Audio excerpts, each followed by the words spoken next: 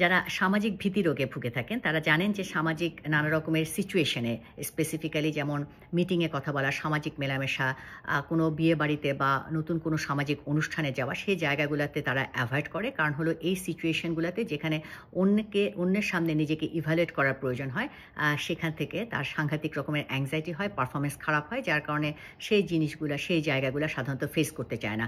তো সাধারণত যারা সামাজিক ভীতিতে ভুগে থাকে, এই মানে বিশেষ সিচুয়েশনে তার খারাপ লাগা ছাড়াও এক ধরনের লো গ্রেড ডিপ্রেশন তার সবসময় থাকে, কোনো কাজ করতে আগ্রহ লাগে না, লাইফটাকে খুব অর্থলেস লাগে। এছাড়া আরও অন্যান্য রকমেরই কিন্তু সিমটম থাকতে পারে, অ্যাংজাইটির সিমটম, যেমন অল্পতে খুব রেগে যাওয়া, খিটখিটে মেজাজ হওয়া ইত্যাদি।